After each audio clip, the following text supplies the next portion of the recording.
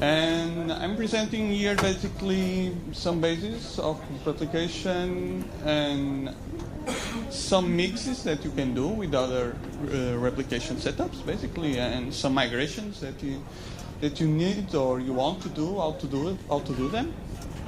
So mix and match, asynchronous and group replication for advanced replication setups. So yeah, you can trust me. You can trust me, right? And honestly, I'm talking about migrations and stuff, but I'm not a DBA, I'm a developer, so sorry if I make some mistake. Or support people, don't kill me, please. So basically, I will start with some background on replication, and then some mixed setups, and how to do some migrations.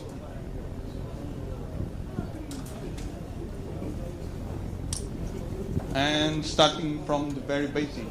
In the beginning, there was a synchronous replication, so everyone knows this, right? You have a master, you write to the master generates events that go to the bin log, these events go to slaves.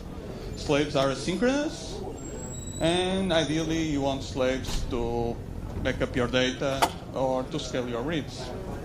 So writes go to the master, reads go to the slaves, and you can read stale data on the slaves. So that's it.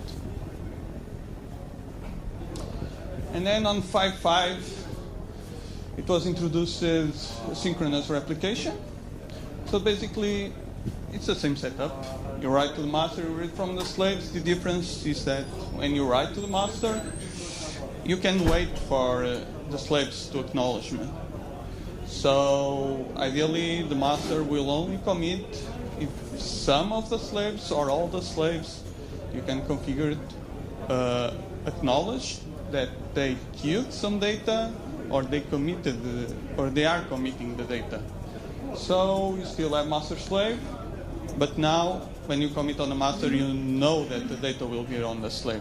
It's a cost that you can choose to have on writes, so your reads will be more synchronous.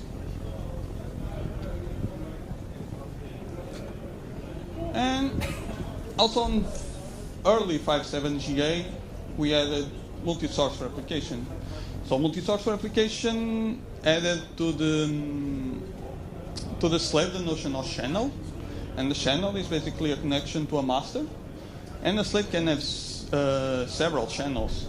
So a slave can receive information for several masters.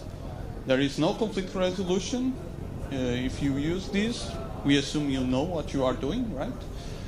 So basically you can use this for aggregation or backupping several masters at the same time, stuff like that.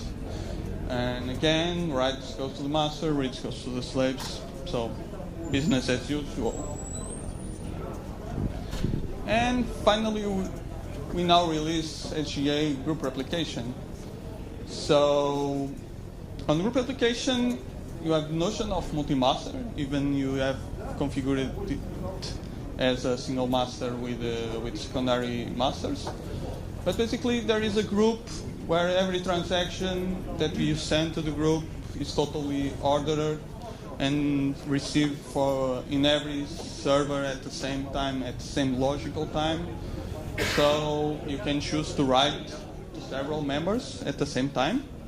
And basically, this is a distributed state machine, right? So everyone starts with the same state, everyone receives the same information, so everyone does the same decisions. So we use that, like Vitor was talking about certification. Certification uses that information to know what is concurrent and what is not. So ideally, you have conflict resolution on multi-master. Or you can choose it to have on primary master. And the same slide that Alfredo presented.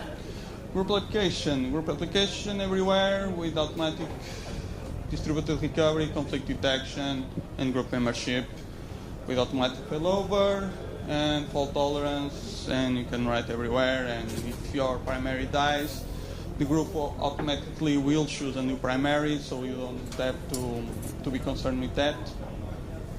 And it's a node suddenly dies, it is kicked out of the group, so you don't have to worry about that as well. So this is group replication, and we release it, and you look at, okay, but can I mix it with the other replication solutions? Of course. So basic scenarios. So group replication is limited to 9 members, but maybe you want to scale out to like booking to 100 slaves. You can still do it. You can have a group with several masters. Either it is multi-master or single master, it doesn't matter. You can still replicate from the group and have asynchronous slaves, so you can scale out reads or do backups on cheap hardware, wherever you want. So and you can read from these slaves. And the group will have automatic failover, right? If one of those guys dies, the group will adjust and pick a new primary if you have that configured. Slaves, not so much. So if you are replicated from one of those masters and your master dies, then you have to reconfigure the slave to connect to another master. At least now, let's see what the future brings also on this field. Then you can also do some stuff like data aggregation from different groups. No one stops you from having a multi-source replication from different groups. So you basically have an external slave that will be configured to have 2 channels and replicate from 2 groups. And again, you can use these for data aggregation, to do some backup on cheap hardware, stuff like that.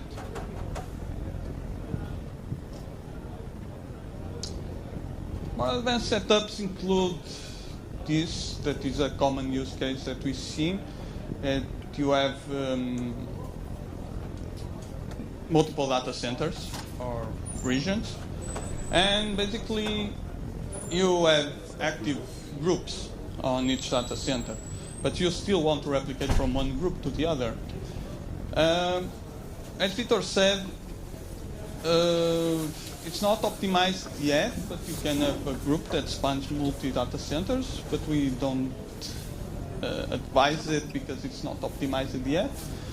But you can still replicate from one data center to the other in a circular manner. So you just connect one master from one data center to another and vice versa. You can use one pair of masters. I use 2 pairs here because if one of the master dies, then only one of the directions of replication is dead, the other is still working. And it's still a synchronous replication, but if you have different workloads or different users in different data centers, maybe you don't care that much in that delay. Yeah, maybe you can still control it somehow. And for scenarios, maybe you have another scenarios that you can speak to me or to the team and ask us if we ever thought of them or if we advise them or are against them. And now about migrations. So the simplest case, right? I have a master slave set up. How do I go to multi-master if I want to? So here what I did is that I have a multi-master, I have a master slave set up with rights to the master, reads to the slave, and I choose to add a new member that is a slave to M1, and I start a group on it. I could also do this picking up a slave and starting group replication on a slave. It will be identical. But maybe you don't want that because to not disrupt the current setup. So you can add a new member, start group replication on it, start replicating, and when M2 catch up to M1, you can start migrating other slaves to the group. And in a sense, the group is also a slave in itself. So as M2 is replicating from M1, it's disseminating the updates to the group. So S2 is also a slave in the group. So you can start migrating reads to the group. And basically, you also migrate another slave, and then you have this point here, where basically when you see that the group catch up to M1, you cut the writes to M1, you wait for those writes to be replicated to M2, and then you just migrate the writes to M2. And now you have an extra server that you can also add to the group, and it's there. So now you have a group, and you can still use it in master-slave mode, right? If you use the primary configuration with secondaries, or you can have a multi-master group if you want. Another use case, a stranger use case, but still interesting, is I have different applications in different servers. Maybe it's different shards and I want to aggregate the data. Or maybe it's several applications that I want to make a chain, but I don't want to spend that many servers on it, so I will just add these two applications to the same group, or something like that. So how do I do this? Basically, you start replicating from M1 into M2, and your application is still running, right? M2 will have to deal with update from M1 also with its old load, right? So maybe that's a factor of decision between M1 and M2. And basically, you start a group on M2. We add a new server here that maybe people don't want to, but for two reasons. First, quorum. So a group of two is always dangerous because of split brains, but also because there is a point in time where you will have to cut the writes to M1. And at that point in time, if you have application write to M1 and application writing to M2, at that point in time, if you have only one server, then one server will have to serve two applications. So maybe you don't want that. So I add M3 to the group as well. M3 will catch to M2. And now you migrate the writes to the group. So M2 is supposed to have all the information from M1. So you take the writes from M1 and you put it on M2. And then you can also write to M3. Write and read, of course. And then you join back M1. Maybe you want to do some provisioning of the data, because M2 has all the data that M1 has, but M1 is lacking all the data of M2, right? So maybe you want to do some provisioning first from M1, and basically you add it back to the group, and now you have either several applications in a group with automatic failover, or you have now a shard, two shards that are now one, and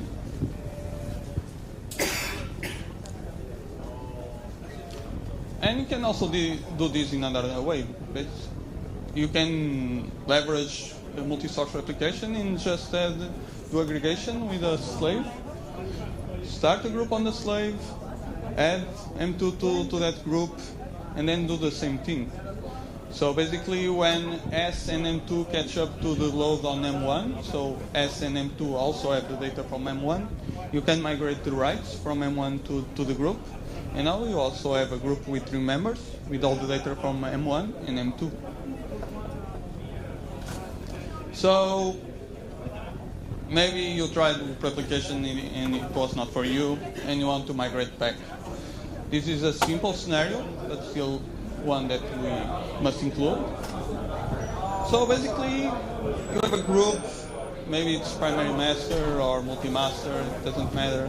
What you have to do is just you stop group replication in one member, you configure it to be a slave of M1, so you still get the write from M1. You go to member 2 with stop group replication, you make it a slave of M1, and now you have master slave, right? And basically, you read to the slaves, you write to the master, business as usual. And I guess I finished earlier, but that's it. We built group application based on many of the technologies that we already have. So yes, we have group communication, but for example, recovery on group application is based on master-slave. It's basically a channel that is created on group application to the master-slave. So you can join many of these things. You can do whatever you want. You can have slaves into groups, groups into slaves, multi-source, well, whatever. Semi-sync is, well, we don't know how semi-sync will comes into this picture, but you can try it or not. I don't know if we advise that. Maybe we don't advise that, but maybe we'll try that in the future. So basically, we are GA, so you can download our packages from the website. Documentation is also there. Maybe we are improving it. And there is our blogs on MySQLiAvailability.com with all the new stuff that we are developing. So we have a long path to go. So here is my dolphin that Fred all loves. And I'm on Twitter. I don't tweet that much, but you can reach me there. I will respond to you, I guess. And thank you. If you have any questions. Setup, can you do it hot without any? Yes, I believe so. What setup? For example, master slave to multi-master. Why do you have to?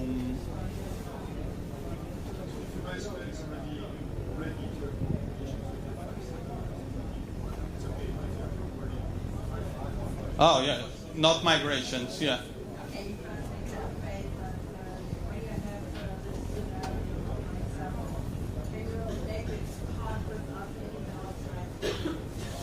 Yes, because you never mess with the master, right? Yes, there can be some seconds of downtime here. So, but yeah, that's seconds. So yes, you have to be careful here. Basically, here you have to wait for a moment where your group is really, really close to the master. When the group is really, really close to the master, then you have seconds of downtime, maybe. Yeah. Okay. Yeah.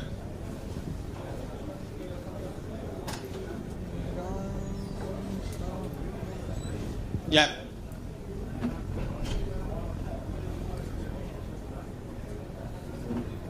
Yes, because the member did not fail. The member choose to leave.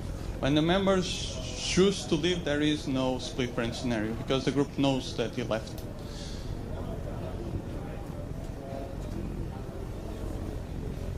Yes.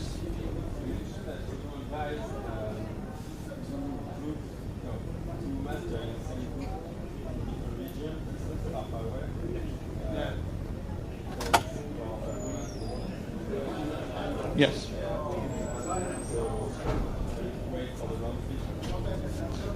Not much. Vitor was talking about that earlier. So, if you have a group, maybe you have two members in one data center and another member in the other. These two guys can, when you write to these guys have the quorum, so they don't need to wait to this guy. But eventually, the group has to. You can only send that much messages until it tests to catch up with this guy here. This guy here eventually will be a source of contention. So that's the thing we have to improve in the future.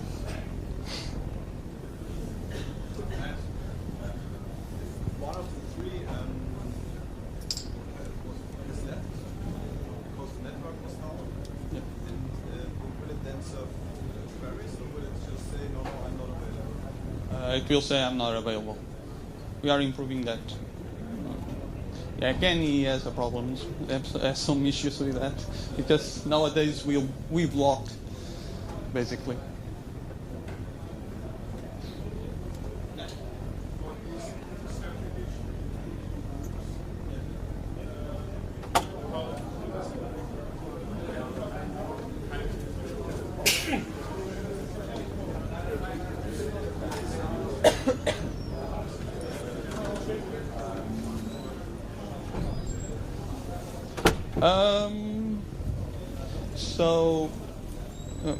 Sorry. Like instead of having two pairs, you have this guy also connects to another, and this guy. Yes, yeah, only one way.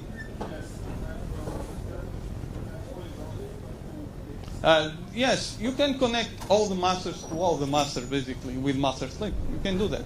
Because then the GTID's mechanism will skip all redundancy. Yeah, you can do it. You can connect to more than one master. Yes? When you have this multi-master, and you have this additional slave. Can the slave master, can that be central? Or does it have to be other? Yeah. I don't know. I will let Mark test that. Yes. Yes.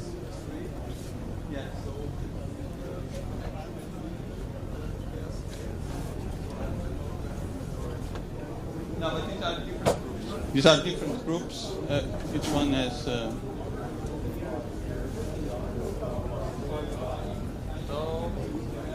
That's all? Okay.